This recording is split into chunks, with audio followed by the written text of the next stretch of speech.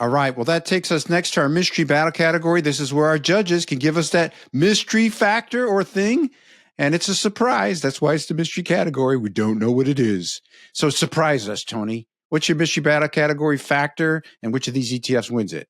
I'm going to throw in a wild card here, my own, and it would be SRLN, which is the State Street Blackstone Senior Loan ETF. When I do invest in bonds, and I don't do this very often, I like to have two things. One is I want to be in a first lien position, right? If I am lending someone money, if something goes wrong, I want to be the first person to be paid back in that stack. And the second thing is that I like to be invested primarily in floating rate loans.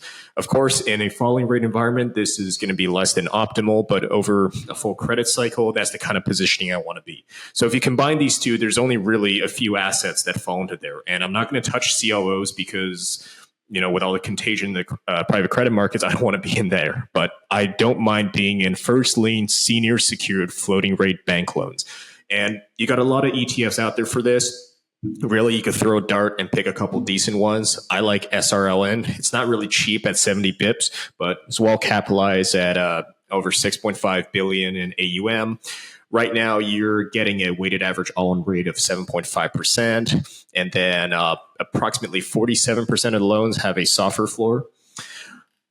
The yield isn't bad. On a 30-day SEC basis, you're looking at 7.56. But like all of the options we talked to so far, this is corporate paper. So the after-tax efficiency isn't that good. So one thing that mystery battle category that I would like all viewers to take to heart is that you're going to want to keep these in a tax-sheltered account, because the tax drag is much worse than what you would get from a treasury-only fund, which is exempt from state tax, most of them, or from a municipal fund, which is exempt from federal. So corporate paper, not taxed too well, ordinary income, keep it in your Roth or something.